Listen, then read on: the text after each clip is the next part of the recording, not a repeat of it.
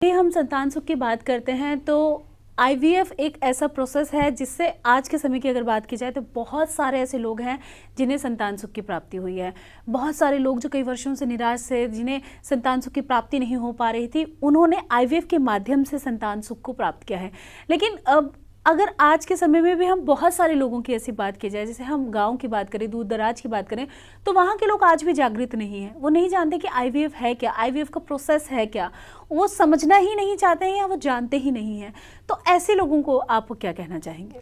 देखिए, सभी समस्याओं की जड़ मतलब आपको ये है कि आपको पता होना चाहिए जानकारी, जो एक शब्द कहते हैं हम जानकारी। जानकारी का यदि आपको अभाव है तो आप परेशान होते रहेंगे। तो मतलब हर चीज़ के बारे में आप जानकारी कीजिए और कम से कम 2-3 डॉक्टरों से आप पूछिए। आईवीएफ बहुत लंबी प्रक्रिया नहीं है, बहुत छोटी सी प्रक्रिया है, पर जो हम लोग आजकल देख रहे हैं, यदि आप लेट होते हैं तो आईवीएफ की सफलता दर भी घट के काफ़ी नीचे आ जाती है।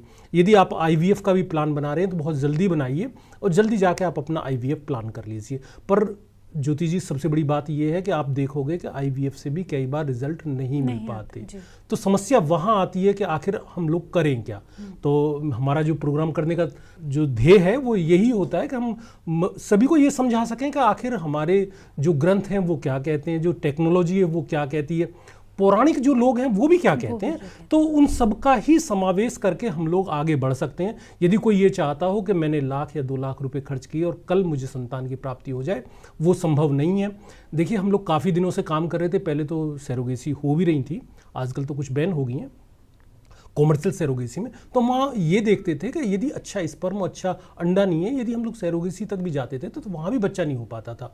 तो इसमें हम लोग जब अपनी ये जो दवाइयां हैं उनका उपयोग करके देखते हैं तो बहुत अच्छे रिजल्ट, कई बार तो ऐसे रिजल्ट मिलते हैं कि आप पूछिए मत कि इतने अच्छे रिजल्ट हम लोगों को इन दवाइयों से मिलते हैं। और मैं आज आपके पास में कटिंग भी लेके आया हूँ, वो भी दिखाऊंगा और कैसे हम लोग आगे काम करते हैं उसके बारे में बताऊँगा।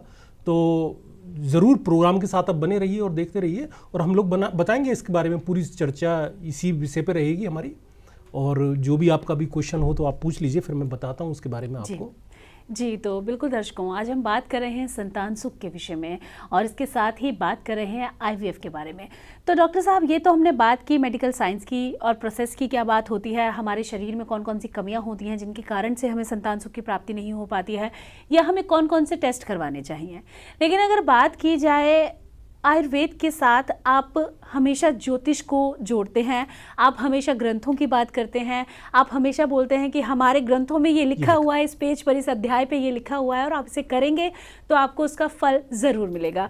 तो ये जो आपने आयुर्वेद के साथ ज्योतिष को जोड़ा है, इससे बहुत सारे लोगों को फायदा हुआ है, बहुत सारे लोगों को संतान सुख की प्राप्ति हुई है।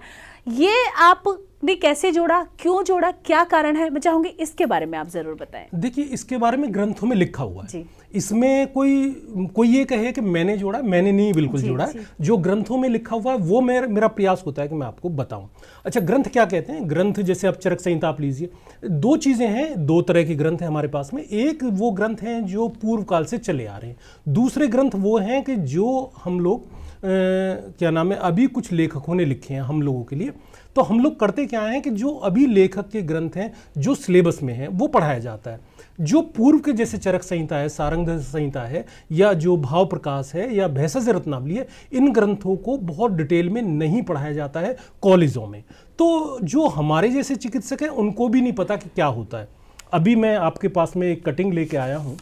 ये एक पेज है भैषज रत्नावली का और पृष्ठ संख्या है 30। तो इसमें लिखा हुआ है, इसमें बताया हुआ है कि खुद बुक्स में लिखा हुआ है।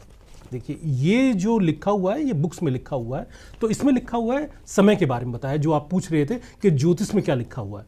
इसमें ये लिखा हुआ है कि यदि देवता मंत्र औषध रत्न सब फल देते हैं, यदि समय अनुकूल ना हो तो दिव्य प्रभाव वाली औषधियां भी आपको, मतलब जो आपके अनुकूल होनी चाहिए, वो नहीं होती हैं।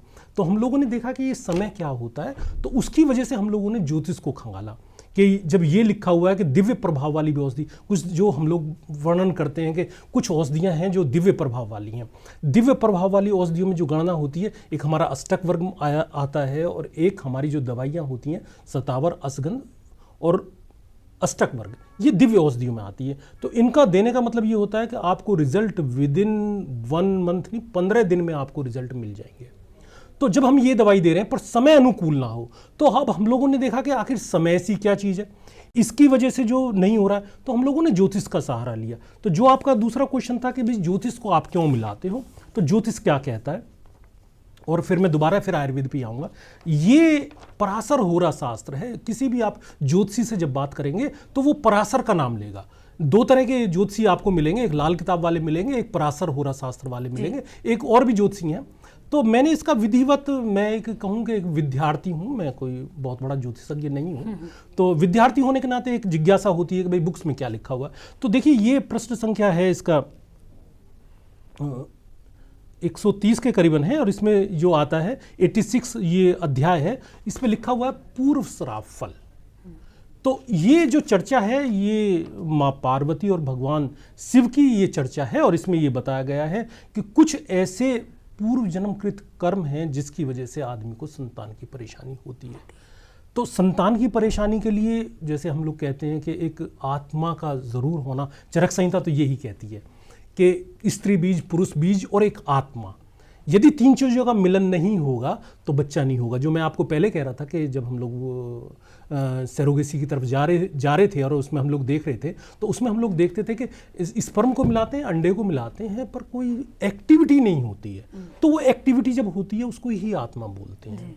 तो यदि आप देखोगे ना, जिसके घर में कोई संतान आती है तो एक अलग प्रभाव हो जाता है। वो प्रभाव यही होता है कि एक अलग आत्मा आ गई। आपने तो कभी कभी ये भी देखा होगा कि आपके यहाँ कोई वर्कर भी काम करने के लिए आ गया और कोई दिव्य प्रभाव वाला वर्कर है, तो आपके घर की चीजें बदल जाती हैं। पॉजिटिविटी बहुत, मतलब ये पॉजिटिव आदमी का होता है। तो इसी तरह से यदि कोई आत्मा आती है तो आत्मा का ही वर्णन उसमें लिखा हुआ है। फिर आपने जैसे कहा मंत्र विज्ञान, मंत्र विज्ञान चरक संहिता के शुरू के पृष्ठ में ही दिया हुआ है कि आप मंत्रों के बिना औषधि को नहीं देंगे। जो मैं आपसे कह रहा था कि भाई क्या लिखा हुआ है, देखिए अब ये क्या पढ़ के कहता है और कौन सा मंत्र कहता है, ये भी आपको बताया जाता है।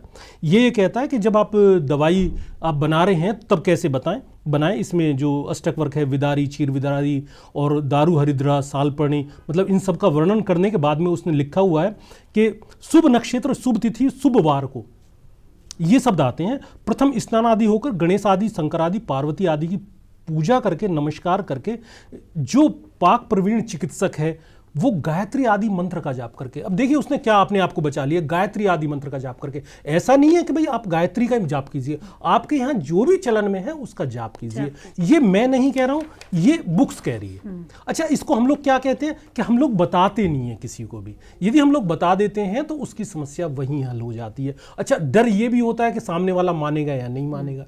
तो चिकित्सक के सामने भी समस्या है जो हम लोग देख रहे हैं। हम लोग भी देखते हैं सारी बातें हमारी कोई मान्य कि जी यदि मंत्रों से ही होती तो फिर मैं मंत्रों से ही बच्चा कर लेता। हाँ, कई बार मंत्र करके भी पेशेंट आते हैं। अच्छा, जो मंत्र करके आते हैं और उनको हम जब दवाई देते हैं तो बहुत जल्दी ही रिजल्ट मिलते हैं, ये हम लोगों ने देखा है।